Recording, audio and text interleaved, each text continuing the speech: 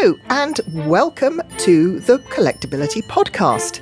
My name is Tania Edwards and I am delighted to welcome Mark Cho for a conversation about classic tailoring, style and, of course, watches. Mark is a retail entrepreneur, having co-founded the cult menswear emporium, the Armoury, with boutiques in Hong Kong and New York, and is also the co-owner of British haberdasher Drake's. Mark did not start out in the fine clothes industry, but worked for an investment fund appraising the value proposition of multi-million-dollar property purchases. This may seem unrelated to fine tailoring, but Mark now plays a similar role in a sartorial sense as he helps men make smart investment decisions on how they dress. Mark is equally well known for his great love of watches, both as a collector and curator of select watch brands and collaborations for his stores. In December 2022, Mark gained a lot of publicity when he sold a large portion of his collection at auction. More on that later. Mark is not only a man with impeccable taste, both in clothing and watches, but he is also a man of the world and in constant travel between his clothing stores in Hong Kong, New York, and London, as well as visiting suppliers in Japan, Spain, Italy, and wherever else he can source the finest menswear and accessories. In addition to his passion for fine clothes and watches, Mark loves photography and is an avid collector, as well as a photographer himself.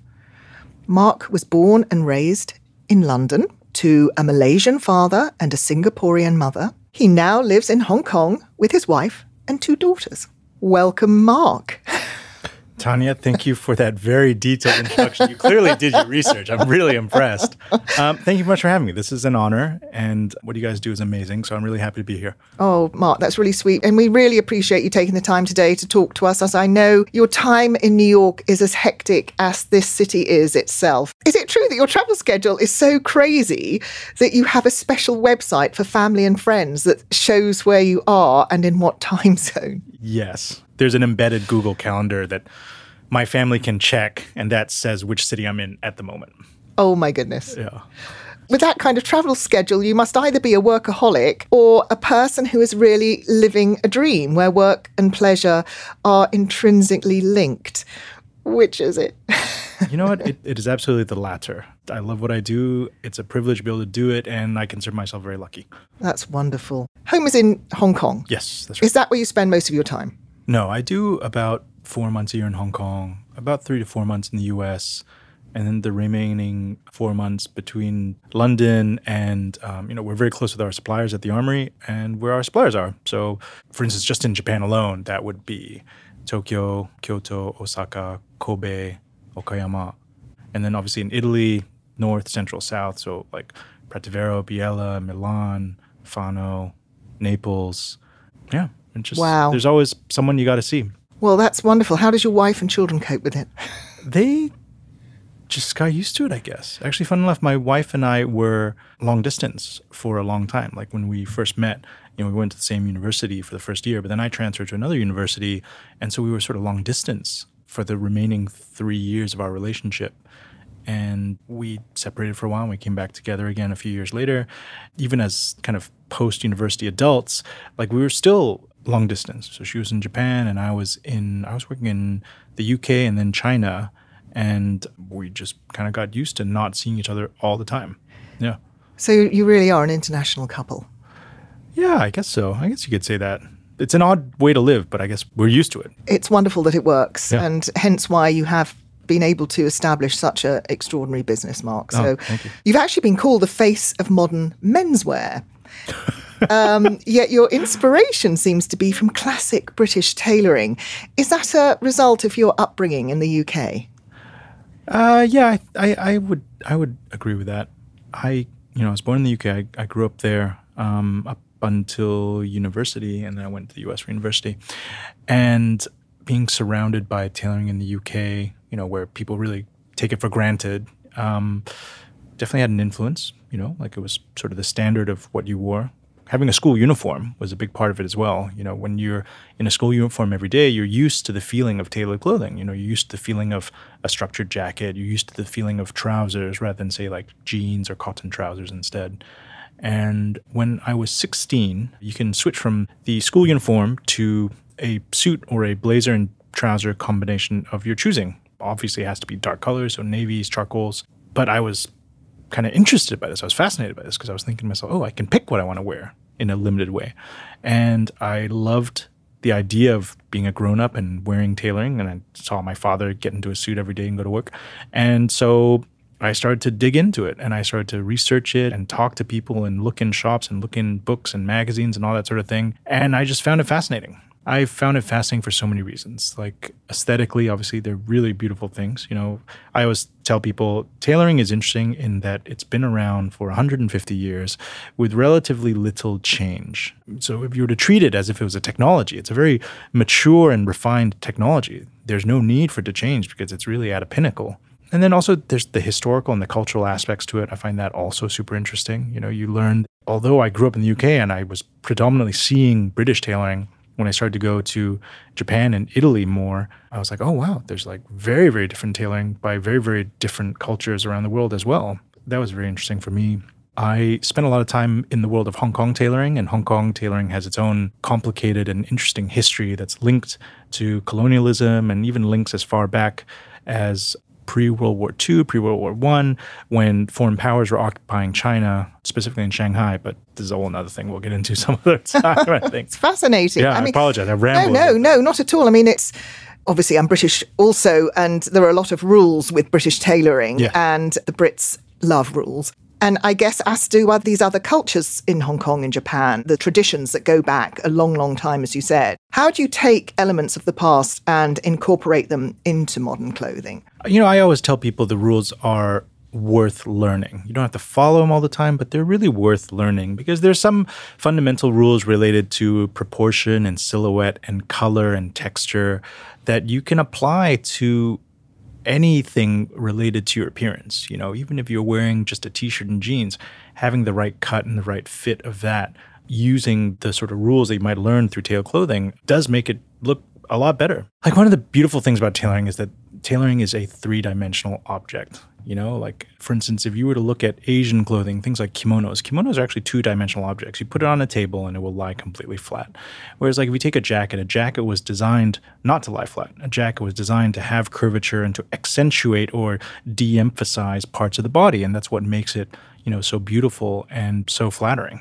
That's so true. It is wonderful that you're educating your clients to understand these subtle differences of having tailored clothing. And you're obviously very close to your clients and know what they want. And this in turn has dictated the philosophy behind the Armoury, which is that you find and sell, and I quote, small production with a large handmade component and a strong, authentic identity, unquote. This is almost identical to the philosophy of Patek Philippe itself. So you believe in investing in tailored clothes so that you buy less, buy better, and buy items that get better with age. Now, again, this could be the same philosophy of a watch collector. The principles are exactly the same. And certainly the goal of any fine watchmaker. Explain what you mean in terms of clothing. For me, the starting point of all this is that I would like to see men think about not individual garments, but I'd like to see them think about their entire wardrobe. And that's what the Armoury is there for. The Armoury is there to help men figure out how to build a wardrobe.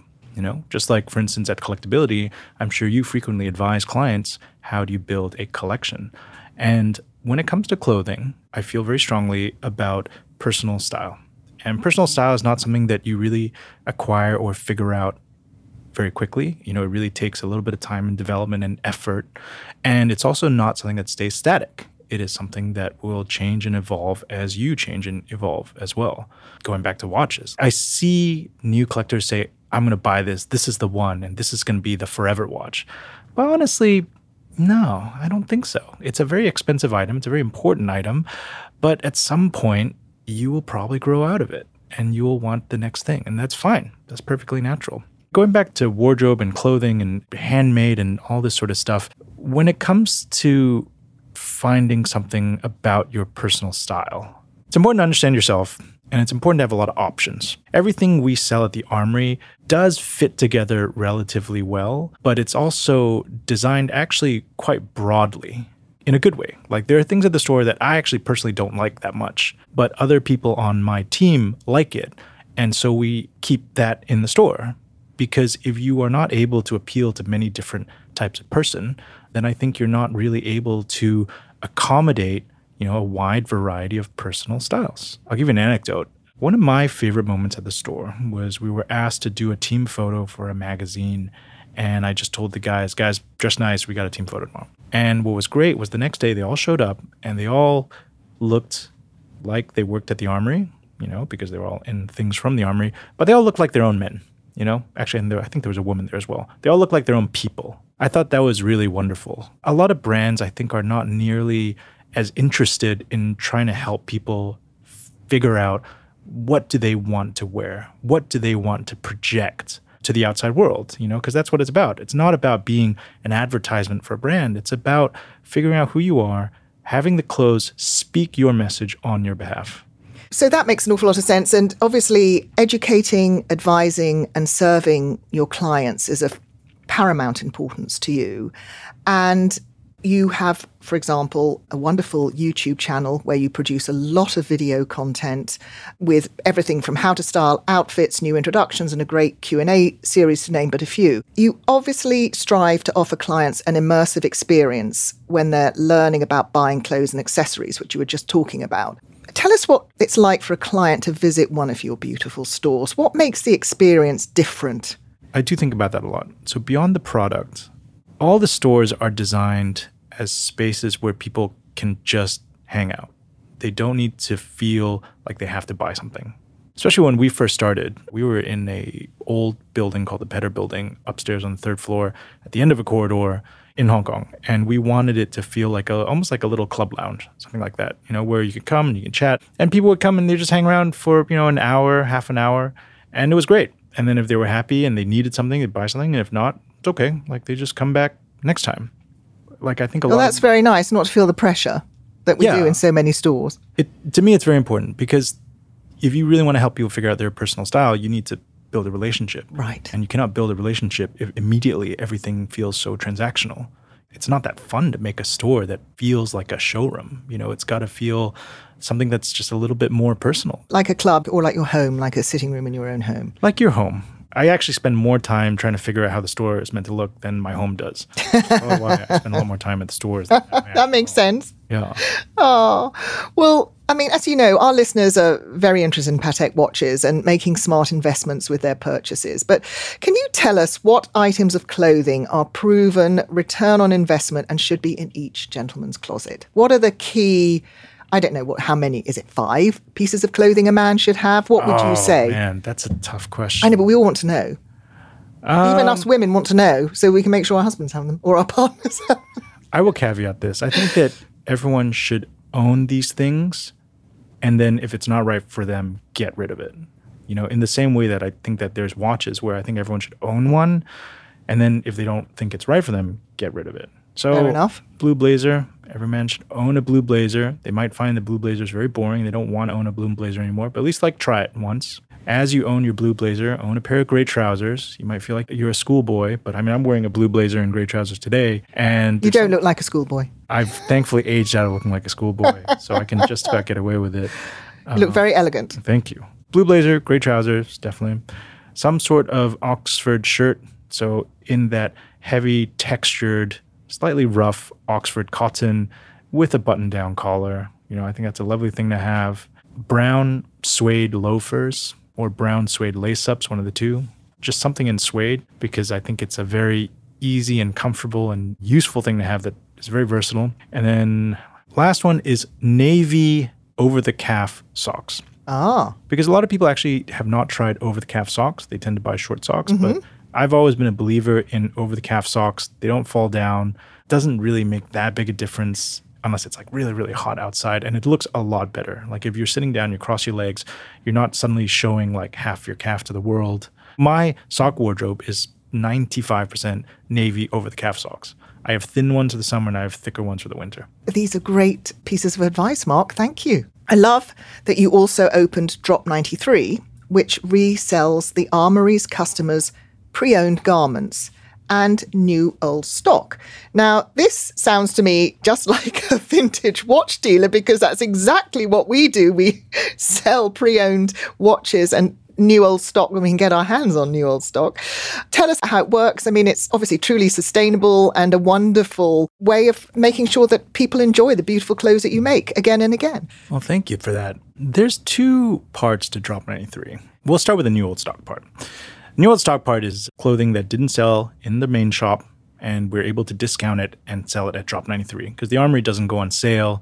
We find that sales give a lot of clients a lot of anxiety because they're like, oh, I don't know if I should buy this now because I might get a deal on it later on.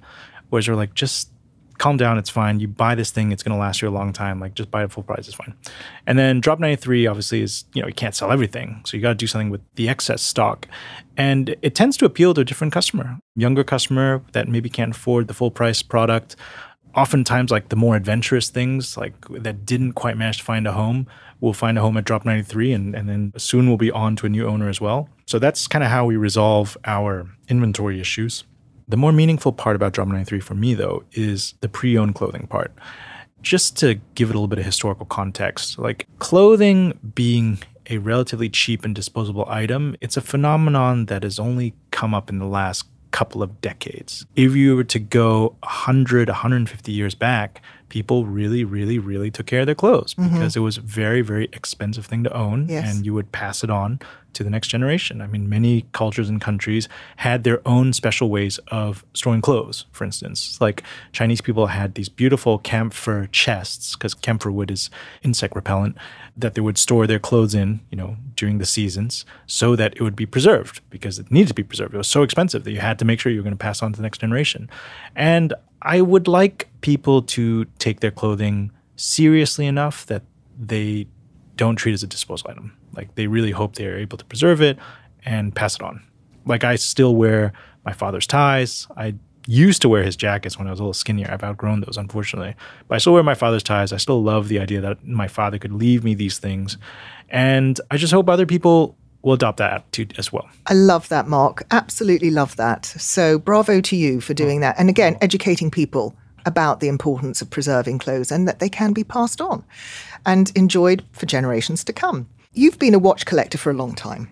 Certainly since your first meaningful paycheck in 2006, when I believe you bought your first vintage watch. Where did your passion for watches come from and how did it grow? So the first vintage watch I bought was an Omega Chronostop, gray dial one with the orange hand.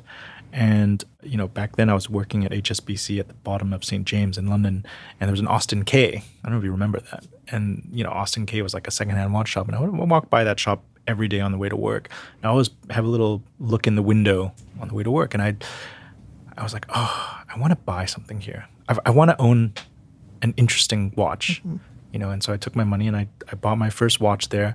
And at first, I have to say, it was obviously the aesthetics of it were really appealing, but the other side of it was just feeling like a grown-up, feeling like, oh, I've hit a new milestone. I can afford to buy a gentleman's watch for myself. I'm one more step forward. It felt like a little bit of progress. The other thing is, it was just really cheap. It was just such good value. I was kind of shocked that you could buy this beautiful Omega, which cost me 350 pounds, I remember. And I remember looking at, for instance, a quartz Seamaster. It was the James Bond, Pierce Brosnan ones at that time. And those were, I think, 550 or 600 pounds. I was like, wow, this watch is only 350 pounds and it's an Omega. That's amazing. And so the value aspect of it, as someone who was just getting started, was very, very appealing as well. But then, over time, as you kind of explore and you have more money to explore as well, you start to collect other things and you experience other things. And I don't know, I just went down the rabbit hole. There were so many interesting deals out there. And so I kept buying basically off the back of like this is a great deal. This is aesthetically interesting sort of mindset. And I never had any problem buying things that people didn't really like. Like, I've always been attracted to unpopular watches. I think that if there was like a motto for me, subconsciously, it would have been unpopular but rare. I love that. Because, like unpopular things can actually become popular, Absolutely. but rare things don't become less rare. I mean, the prime example, funnily enough, is a Nautilus, which was an unpopular watch. And I can remember when I worked at Patek, we had trouble selling them. People didn't want them. They thought they were too big, too ugly. And then look what happened. Yeah. People went crazy. I mean, I remember buying 3800s for, God, like I think the cheapest I got was 10,000 US. Amazing. Can you imagine that now today? I know, it's insane. It's totally insane. Yeah. Totally insane. I bought my first Nautilus, I think in the early 90s, and I bought it, funnily enough, from a Swiss retailer who'd had it in his store for 12 years and was really happy to sell it to me. And I'm still wearing it today very happily because it's my weekend watch. And the way you've just explained yourself, Mark, and your interest in watches is really the core of a good collector. A collector is looking for something that appeals to them, that's not a trend, is not something that one should have to show that one is part of a crowd. And it also opens your mind much more to different designs and different brands, of course. Yes. And that's really important because there's an extraordinary world out there of watches. No, you're absolutely right. And actually, just so that people don't think the whole collecting journey is all about the money, I mean, the more watches you get to experience, the more you're able to appreciate the next one. Absolutely. I think it's also really important to be able to dwell on a particular watch and spend some time with it as well. And, this is why I've always believed very strongly you should buy and then you should sell, because you don't really understand the watch until you've spent some time with it, until you've owned it and even experienced the financial pain of having to buy it. And maybe even the financial pain of losing some money when you sell it too. These are all part of that journey. And I believe the ultimate goal of that journey really is to educate yourself and to have clear thinking on what do you really, really want. Like people ask me, is the mark of a great collector like having a great collection? And I would say no. Like it's not about owning these things. It's really more about the curiosity and the passion and the knowledge. That's the mark of a collector for me. Absolutely. I love that, Mark. That's so true. So true. I might not necessarily agree with you selling so fast, but I certainly agree with your philosophy without question. You made the decision to sell watches in your stores. How has being a watch collector helped your collaborations with watch brands? It has helped a lot. There are just little details that you start to notice if you've handled a lot of watches. And then when you're at the design phase and you're trying to think up details, then you can start taking inspiration from these details that you might have seen previously on some other watch. So would you say that your own personal taste impacts a design that you'll bring into the store? Would you work with watchmakers and help put together a design? Is that how you do these collaborations? Yes. You know what? I can't believe I didn't bring any collaboration watches to me. I'm sorry. I'm glad you bought some Patek, a couple of Pateks. I felt like I had to bring some Patek to the show. What happens is all the collabs are done by myself and my very good colleague, Elliot Hammer. And Elliot and I have always worked in photography and graphic design and that sort of world when we're doing things for the Armoury. But we've always kind of had this passion for watches. Elliot's newer to it than I am, but he's really like cut his teeth very quickly. And what we'll do is we'll take a pre-existing design from a brand and we will just start cutting it up. We'll black out the dial or we'll start playing with the shapes a little bit and we will reassemble it with new details, and we do that all usually in Photoshop or sometimes in Illustrator. And then once it gets to something that we think is presentable, then we go back to the brand and we say, okay, this is kind of the render that we're looking for. Now tell us, is this doable? Is this ridiculous? And where do we go from here? Because Elliot and I are really good in 2D. We're less good in 3D. We've improved a lot in terms of 3D, and I can get to that later. That's a new project for us. And then obviously the other thing that you don't really catch as much when you work in 2D is texture. And for watches, texture is extremely, extremely important. Yes, it is. Yes. And you can't really appreciate until you hold it in your own hands. So for instance, like the collaboration we did with Naoya Hida, which is a wonderful Japanese independent watchmaker, Hida-san's designs are very well balanced. The proportion of every single bit is really, really, really perfect. And that becomes incredibly clear to you when you start trying to mess around with his designs. And I remember Elliot and I spent probably a year trying to figure out how to make a Naoya Hida collaboration watch that was truly like of Naoya Hida's design quality, but also of our own style. And eventually we did get it, but it took many revisions. And in the process, we even designed a whole new font for that. Wow. Which we call the letter cutter font. Ah, hence its name. Hence its name. Hence its name. So how wonderful that you can actually work with a watchmaker and have that much interaction and that much involvement in design. I thought it was actually very interesting that you held a lottery for the sale of the special H. Moser Total Eclipse first and then the Naoya Hida beautiful pieces. Tell us why you did this. So we did the sale for Moser and then for Hida because I really disagree with first come, first serve when it comes to selling watches. It just kind of introduces this anxiety and this frustration for the customer that I think is really toxic to brands. It's so true. I just didn't want any part of that. I just didn't want any part of that. And so I thought, well, the fairest way is probably to do this by lottery. And also, we try to space the lottery so that it's a little bit after the watches have been shown.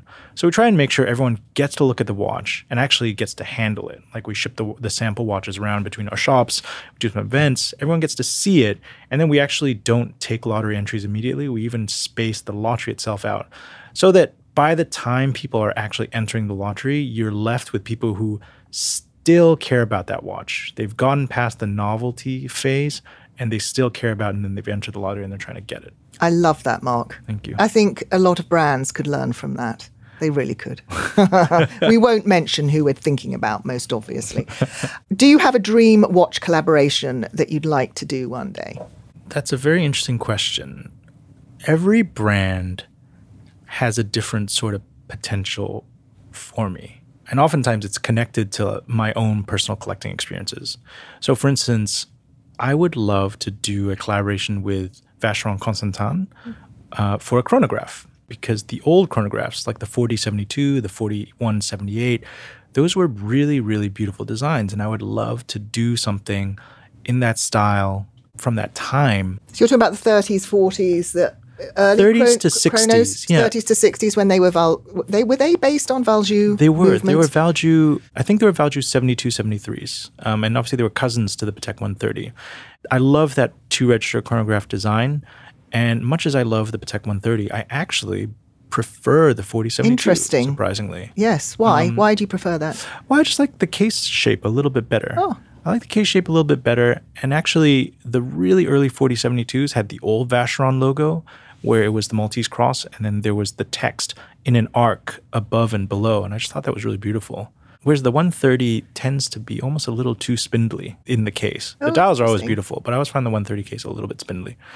And then the 1463 was just out of my budget anyways. But yeah, I would love to do a two-register chronograph by Vacheron, but using kind of more modern techniques. You know, for instance, like it would be amazing to do a stone dial chronograph. Wow. Those were dress chronographs, right? And I don't know if I should say this on air or not. I actually did pitch it, but I was... You did? I was turned down, yeah. Because they have this program called Cabine... I butcher this every time. I think it's Cabinotier, where you can do bespoke watches. And I pitched them idea. I was like, how about we do 5 4072 related two-register chronographs, and me and Elliot will design a different dial for every single one, right? So they'll all be piece uniques because Cabinotier has to be piece unique. Hopefully we can get the price down a little bit because it'll be the same case and same movement across all 5, but we want to do stone dials with our own design for the printing on each dial. 5 unique watches as a set. Wow. Yeah, but they turned it down. Well, I mean, it's interesting you want to do a stone dial. Why a stone dial?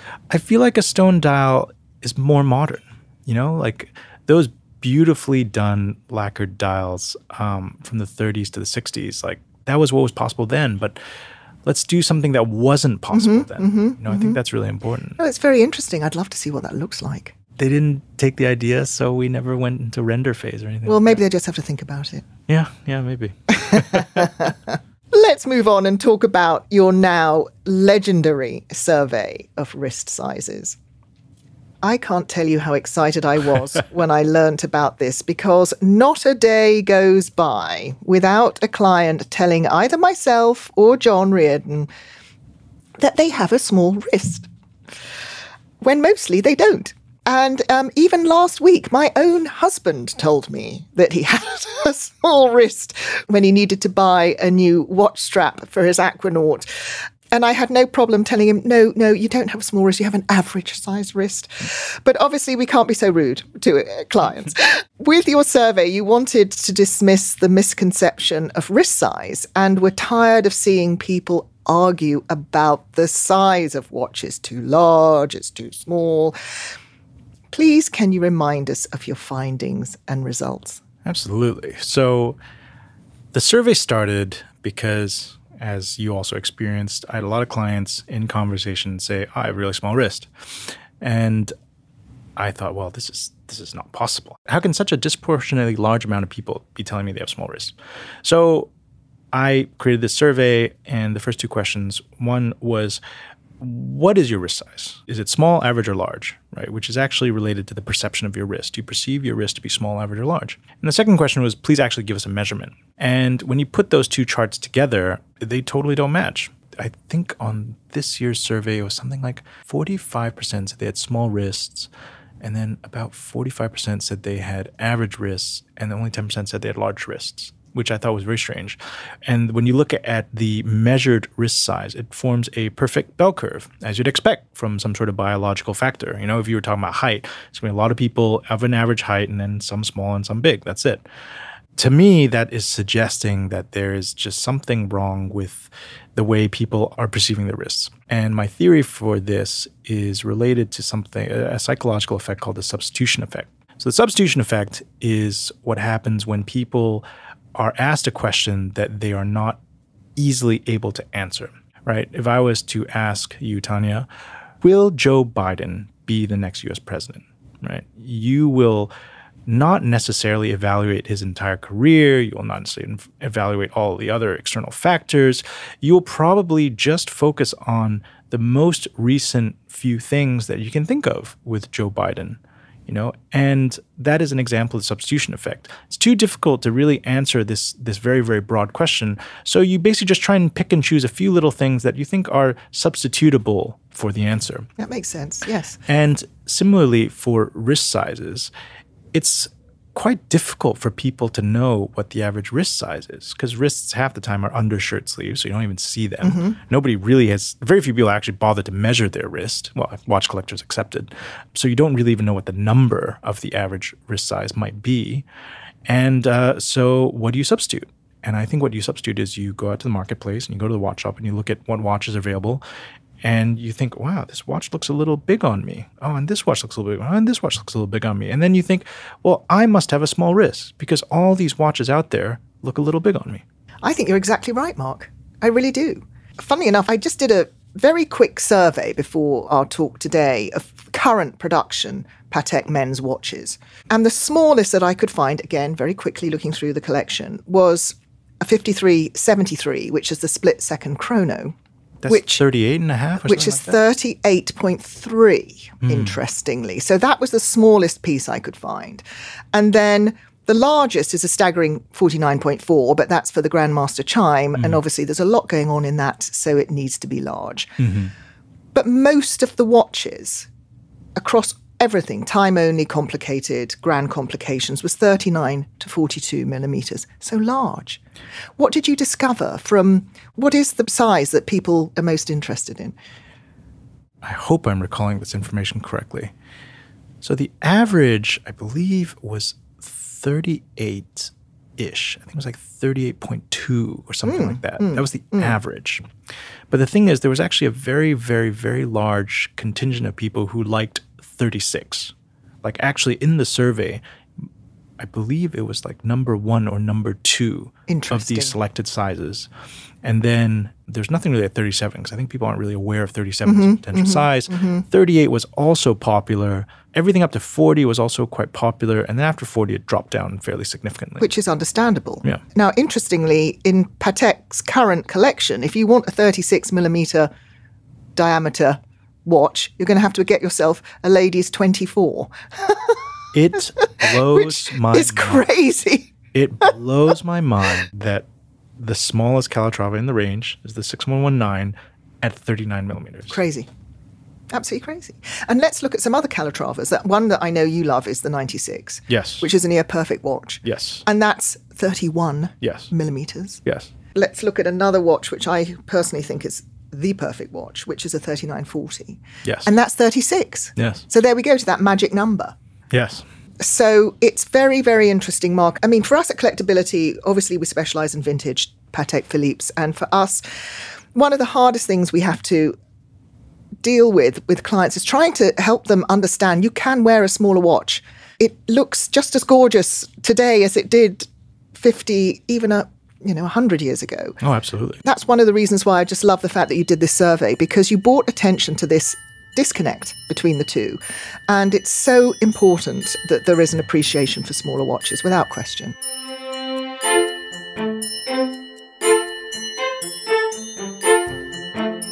This is Mark Cho, and you're listening to my interview on the Collectability podcast.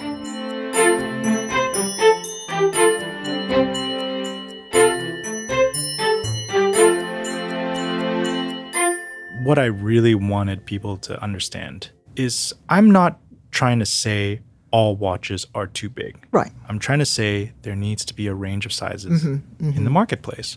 Because in the same way that I don't stock only size 40 jackets at my store, I think a watch company should have a few different sizes. And they used to. They used to. Like the Nautilus came in. The boys' size. Exactly, and in a range of sizes. For the ladies 24, when that first came out, that was in 2 sizes. So yes, it's not something that's unusual for watch companies. I think, unfortunately, they've just become so predicated on trends and what they think people want. It's very interesting because we've seen recently with Bad Bunny, the rap star, that there is this gender fluidity with watches, and he's been photographed a couple of times wearing Patek Philippe ladies' timepieces, which, of course, I think is absolutely fantastic. What do you think about that? I mean, here's a very macho man wearing a ladies' watch, an obviously ladies' watch. I mean, more power to him. These things are about personal style, and with his appearance, I think that watch suits him really well. I think he has also great taste in that he managed to identify really beautiful objects. Yes. At the end of the day, jewelry is about personal style. It's about decoration. They're beautiful, beautiful objects. Well, why not? Why not? Well, exactly. And I wonder with women's watches, as women become more interested in watches and they understand more about the history of watches, the design of watches, do you think there could be a return to a more feminine appreciation of smaller watches rather than women just wearing a man's sports watch?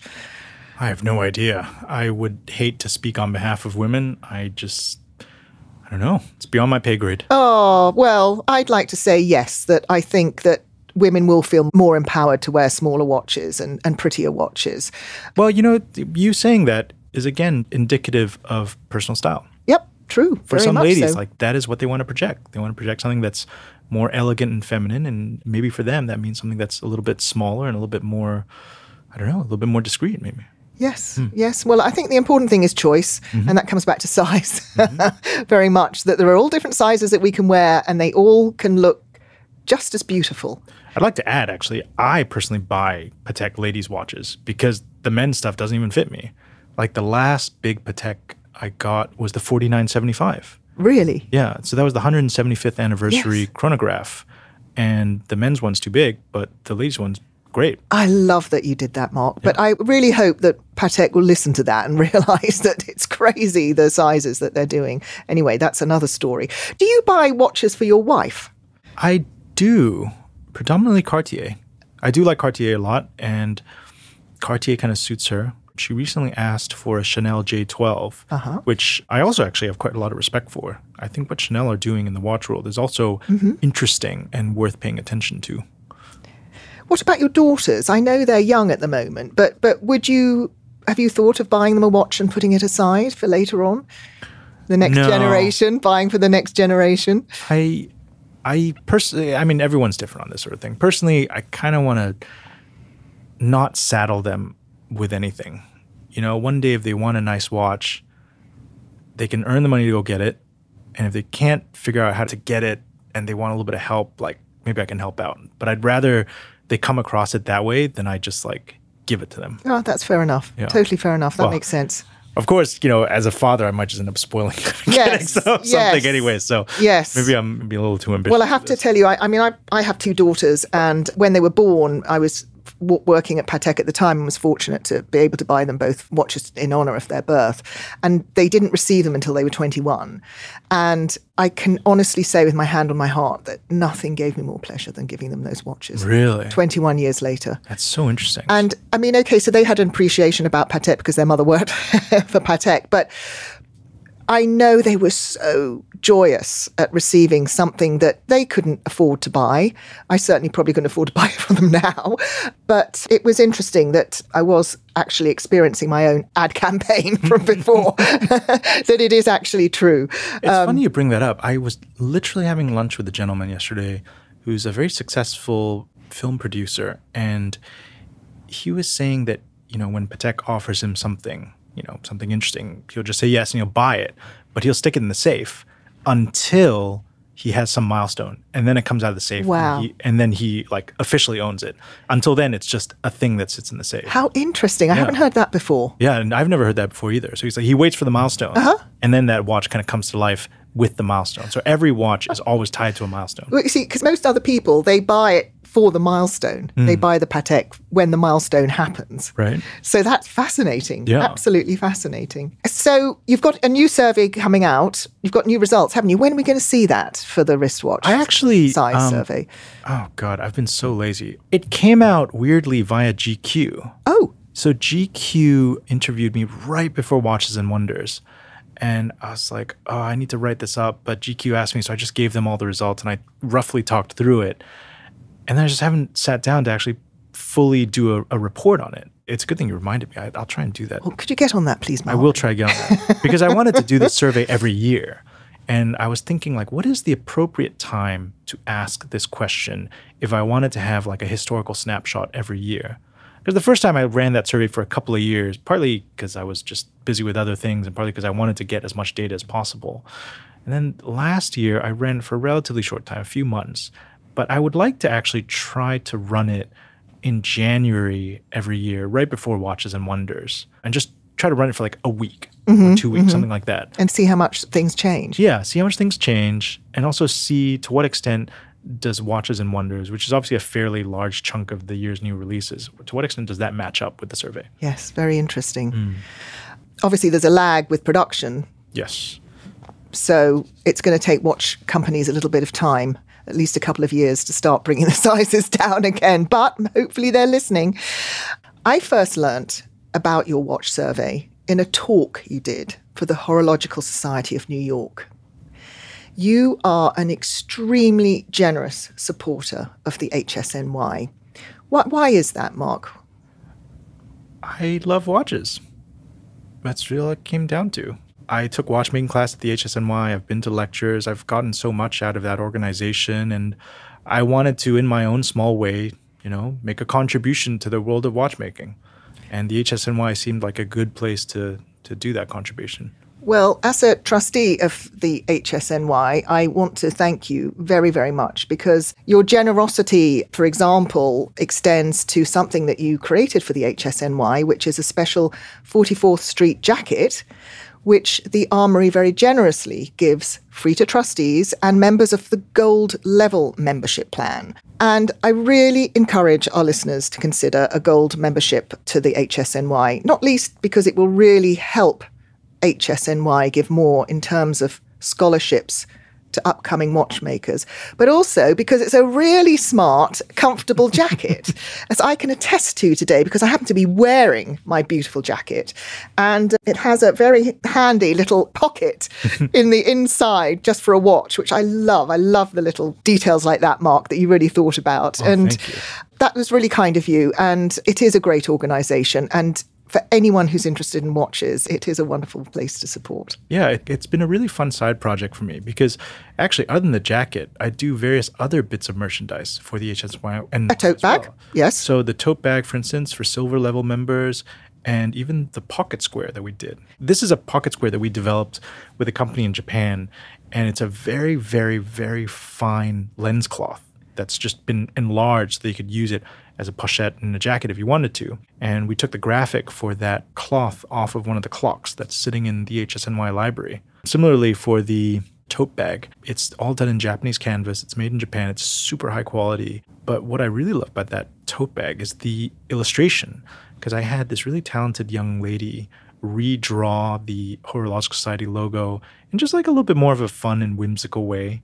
And I like it. I think it's the sort of thing that hopefully will get some eyes and get the Horological Society a little bit more attention. Oh, thank you, Mark. Absolutely. And I love the tote bag. I love the shape of it. It's also a little bit different, and that's what we practical. Like. I hope it's practical. It's very practical indeed. Now, let's talk about the auction you held with Philips last December, in which you sold most of your watch collection, which you had accumulated over 16 years. It got an enormous amount of publicity, in part because I think people were somewhat shocked that you were such a respected watch collector and influencer, and you had decided to sell a big chunk of collection. But your honesty and humility as to why you decided to sell your watch collection was really heartwarming. Oh, thank you. Can you tell our listeners why you decided to sell those 66 watches through Philips in Hong Kong? So I wanted to try and raise some money to expand the store. The dream was to try and buy a property on the Upper East Side that would be kind of the new home of the Armoury on the Upper East Side. And I have to unfortunately admit we did not make that happen. We were just a little bit too far off. And as everyone knows, interest rates are going up. So we were very concerned about whether we could afford to do such a big expansion. Instead, the proceeds did go into other projects at the Armoury. So we did open a lovely new store on 69th and Madison, and we managed to put some of the money into improving that and providing some extra facilities for clients. There's also a new Hong Kong flagship store for us coming up. That'll be online around October this year. And that's actually part of a larger, more ambitious project that we're doing in conjunction with our landlord. So some of the money went there. And then finally, the Armoury actually has one new watch collaboration, and I can't say who it's with, but it has been quite cash intensive to do that particular project because we had to buy a lot of parts in advance. The other project is, this will be the first time I'm actually revealing this in public. Oh, wonderful. There will be an Armoury watch. Oh, wow. Yeah, so there will be like a kind of entry-level watch by the Armoury that hopefully will appeal to guys that were in my position 16 years ago, well, 17 years ago now, you know, where it's like you want a nice watch, you want something that's interesting, classic, and for people with a certain sensibility, people who really care about details, people who want something that has a little bit of a classic flavor but is still like relatable to a modern audience. I can't say much. Oh, well, we're excited to see it, Mark. But so, yeah, that's where all the money went. But how wonderful you put one passion into another passion. Yes. And have managed to achieve so much. And so that's very impressive. Thank you. Many of our listeners know what it's like to buy at auction, but I'm sure very few have experienced their own single collection sale. Can you tell us about your experience working with an auction house and how that was? Because there's lots of different levels, aren't there? I mean, first of all, you've got to come up with the title. Yes. Which is The Beauty in Everything, which is the most gorgeous title. Where did that come from? So I spent quite a long time thinking about what I wanted to call the whole auction. And actually, originally I wanted to call it the Magpie Sale. Ah! Because it was a little more whimsical. But I was speaking to Thomas Perazzi over at Philips in Hong Kong, and he's like, "What's a magpie?" And I was like, "Oh, nuts. I don't think anyone's going to know what the hell a magpie is." I've always collected things that were appealing to me, just like a magpie would, you know, and so I thought that was relevant. But, you know, the other way to look at it is I collected everything because I thought it was beautiful in some way. And it didn't have to even be wholly beautiful. Just like one small aspect, if it was interesting enough, I would go and buy that watch, you know, and that's how I managed to accumulate like all these things that were just great in their own ways. And that's why I wanted to call it the Beauty in Everything sale. And I did a lot of work, not just on the publicity side, you know, fielding interviews, doing podcasts. And well, everyone wanted to talk to you about it, didn't they? It was fun. Crazy. It was fun talking to people. And also I actually did a bunch of video interviews with people involved with the design of the watches. So for instance, like I had a couple watches that were from Revolution. I got Waco on to talk about it. Ming also generously gave some time to talk about the watches he did. I also photographed everything between me and a colleague of mine because I wanted all these watches to be seen with a really personal and very visual style, not like an auction catalog where it's fairly kind of blank and you have to use your imagination. I wanted there to be texture and color and a real presentation around every single watch. So, you know, like I set up all the shots. I found very specific backgrounds for everything that were generally all related to clothing that I loved and I thought were suitable for the watches. And then I also wrote design notes for every single lot so that people could see like exactly why, down to like a particular shape of crystal or a particular pointiness of a marker. Like these are the reasons why I wanted this watch and that's why it's in this collection. I love it. It's very personal and you made it your own. We don't see that happen with these big personal collections that often. Oh, actually, I'd like to add probably the most interesting part of that whole process in the end was, you know, the auction was an online auction. It went on for 7 days. And I converted one of my stores into an auction preview site. So our store in the Petter building, we converted that into an auction preview site for an entire week. And you can come in that entire week and come and see all the watches. And if you liked it, you could put a bid. And if you wanted to just, you know, you got outbid and you wanted to have another look at it, you just come in the next day and you look at it again, you bid again. And I was there as much as I could. And I talked to so many great collectors. And it was such a pleasure to meet all these fellow collectors, you know, and it was also very flattering to see them come and like what they see, you know, and demonstrate their appreciation for these watches. And in fact, there was one day where I had more female collectors than male collectors, which I was also very, very excited by. You know, yes. I think it's great that women are getting into watch collecting. 100%. Do you know if any women bought any of your watches? Yes. Quite a few, actually. How wonderful. Because the size is going to be right for quite a few of them. The size is definitely going to be right for quite a few of them. And actually, as part of the auction, it was important for me to get to know who was the next owner. Yes. So everybody who won a watch, I got in contact afterwards and I gifted them a jacket. So I made a jacket for whoever would accept the gift, which is pretty much everybody. They did. I was going to ask you, did everybody accept the gift? Pretty much everyone did accept it. And it's been so much fun and such a pleasure to like just meet these people and get to spend some time together. Because, you know, when you make a jacket for somebody, you do have to spend a bit of time talking and getting to know each other, which is wonderful. Yeah. Mark, that's just so wonderful to hear how personal the whole experience was and how hands-on you were. That made a big difference. It almost makes me think of meeting an artist. If you buy a painting or a photograph and you meet the artist, it means so much more. So it was not too dissimilar from that. Did any of the sale prices particularly surprise you? Most seem to sell way over estimate, especially the Pateks. The Ref 3800, for example, the Nautilus with the unusual dial, was a mere $1 million Hong Kong dollars over the low estimate, which is extraordinary, and a world record for that reference. That's right. So were you surprised? I was definitely surprised by the prices, and I was flattered that some of them reached such heights. And I would like to think that all the time I spent putting the sale together, making sure it was presented in the right way, making sure people understood, you know, why I felt passionately about them, paid off to a certain extent. You were a dream client for an auction house, that's for sure. No question about that. I like working with Philips, especially Philips Hong Kong. We have a good relationship. And, you know, when I was doing the Armoury TV during auction seasons, I would try to invite all the auction houses to bring a few pieces to the shop and we would just talk about it on camera. And really Thomas was always really nice about it and would always bring great stuff. And, you know, we would just chat about it and do some close-up. And we built a great rapport that way. Wonderful. What about pocket watches? You only had 3 in your auction collection, I noticed. None of them were Pateks, by the way. Are you interested in moving forward, acquiring more pocket watches? Pocket watches have different design details, actually, compared to wristwatches. Yes. You know, like partly that's a function of scale, but partly it's a function of age as well. Like back then, certain techniques were just not available. And so you would make things differently. For instance, dials that are made of multiple components in order to facilitate using different finishes on each component, right? Nowadays, you can finish a dial with multiple finishes all in one piece. Whereas back then, like you had to split it up into components so that each piece could have a different finish. And it's amazing to experience that as a physical object. You know, it's such a wonderful time capsule of how things were done and how things were designed back then. But would I own any more? I guess never say never, but I never really took them out, you know? They would sit on my desk for a while, but then after a while, the ticking was a little too much for me. Oh my goodness. Yeah, That's because, so like interesting. pocket watches are loud.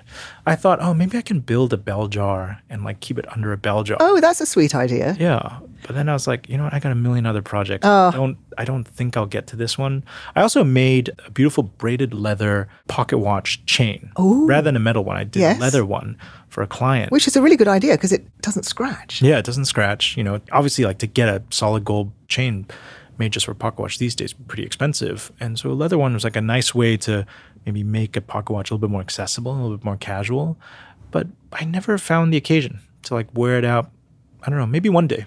You know, we at Collectability are very strong supporters of pocket watches, and we really encourage collectors to look at pocket watches because, quite frankly, they're probably the best value proposition that you can buy in 1,000%. vintage right now. 1,000%. Other than the ticking, which, funnily enough, I have to confess I haven't noticed because I love pocket watches and always have a pocket watch on my desk.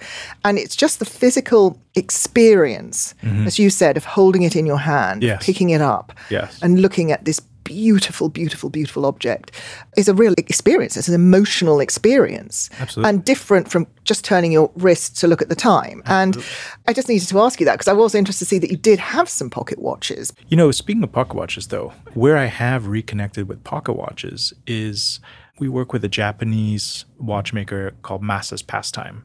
And Masa will recase ladies' pocket watches into wristwatches. Because obviously ladies' pocket watch movements are small enough that you could have a little 35 to 37 millimeter wristwatch using a pocket watch movement. Well, that's exactly how the early wristwatches were made, from pocket watches. Well, actually, not from pocket watches. They were really from little pendant watches that women wore and then put on to straps.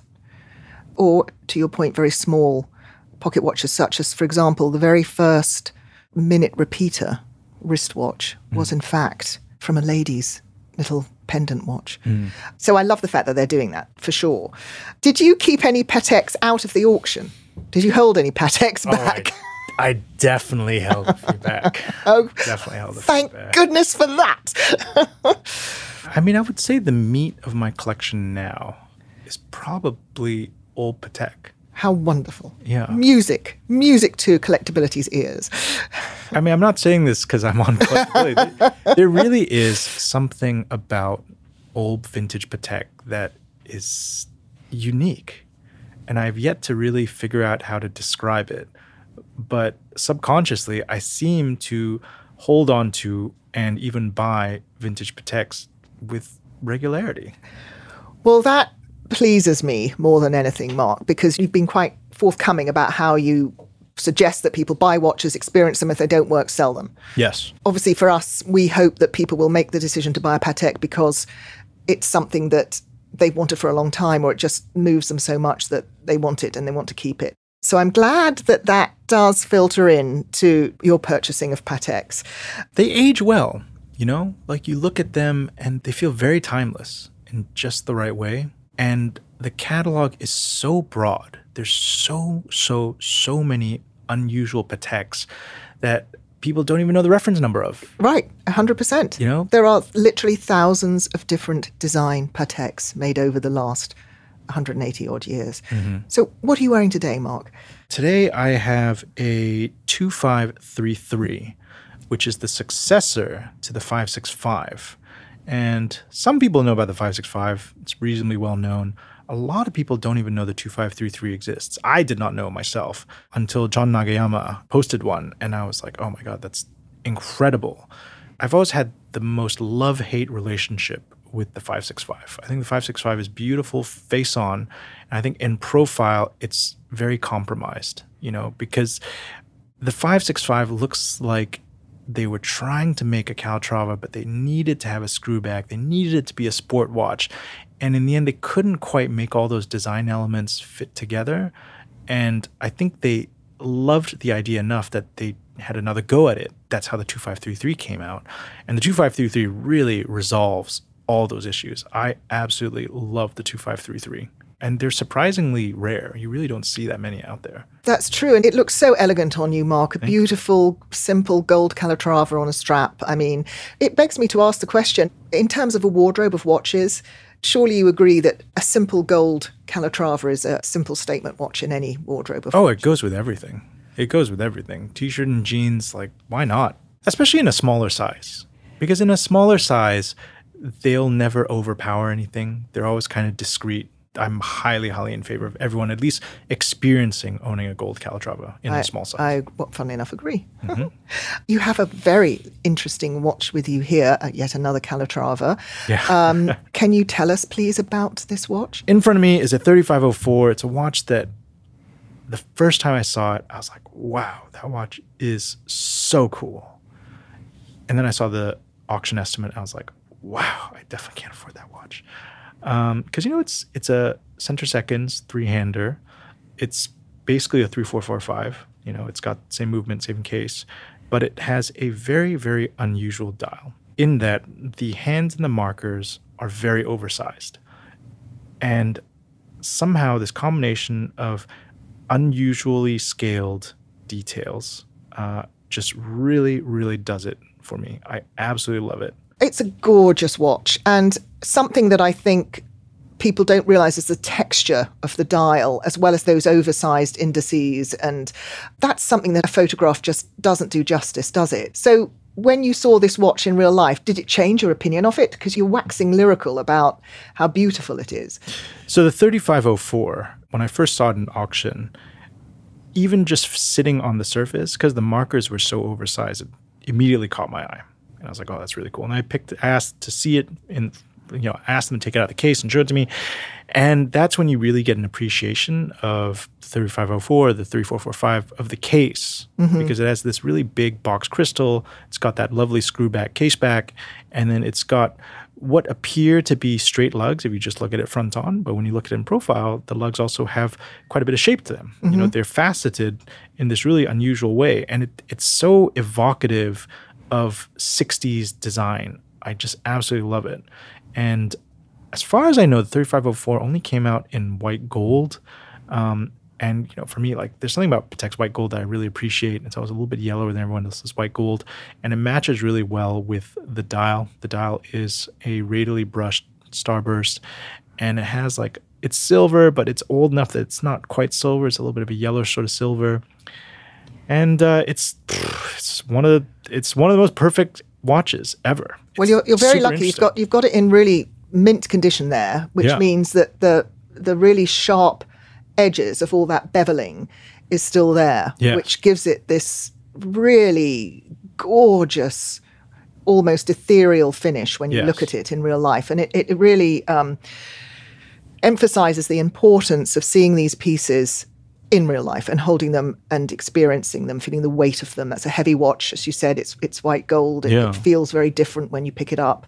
Well, especially like box crystals and faceted edges, until you see it and you move it around a little bit in front of you, which is obviously what's going to happen when you're wearing it, right? Like, you don't appreciate how interesting and eye-catching it is. In fact, speaking of faceted lugs, the 2460 is another favorite of mine. I do love the 2460. And again, it has beautiful faceted lugs, and it's one of those sort of forgotten about Calatravas. Right. And so there are many, many forgotten about Calatravas. And I do encourage everyone to keep looking for them, because they're still good value. And there are so many different choices. And as you said, Mark, they're so indicative of their era. So this is very 60s, it's slightly larger. But from the 30s, 40s, 50s, 60s, just gorgeous Calatravas were made. And there's in every configuration possible. And it's ultimately, it's just a round watch. But every single reference is slightly different and slightly more interesting. Absolutely. So as we wrap up, I have to ask you the ultimate question, which is, do you have a holy grail Patek Philippe that you would like to own?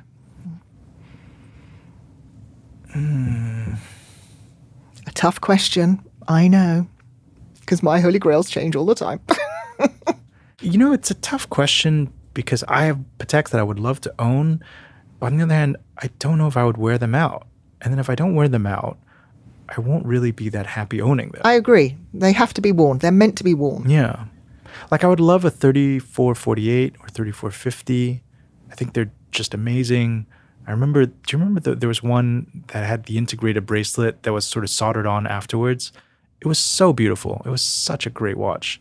But I don't know if I could wear that every day. Oh, that's such a shame. Right? No, Yeah. you should be able to wear them. I don't know. Maybe it's a matter of age. Maybe at some point, 10, 20 years down the line, I'll be like, okay, I'm ready for this. And Yes. and Oh, then that's it becomes true. part of your life. That's true. Tastes change and everything like that. Yes. Absolutely. Yes. Absolutely. Yes. Yes.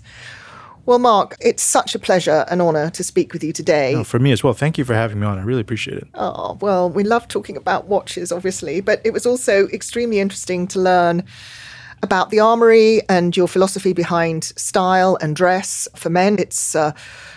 I have to say, it's a wonderful service that you're offering. Keep men looking good. And I wish you all the best with your continual watch collecting, and very excited to see the next collaboration with the Armoury and, of course, your own line of watches. That's very exciting. So then we'll get to see your taste in full action. I hope I don't regret telling you that. Well, just in case the project doesn't go through or something like that. And they're like, oh, you remember that when he was talking about that thing? No. Mark, with your taste, I have every expectation it's going to look gorgeous. Oh, well, thank you very much. We'll do our best. Time will tell. Okay. Yes. Thank you so much. Thank you. This was our 26th Collectability podcast. Thank you so much for joining us today. If you enjoyed this podcast, please like and subscribe and follow us on your favourite podcast channel so as not to miss any future interviews. Thank you so much for listening. This is Tania Edwards for Collectability.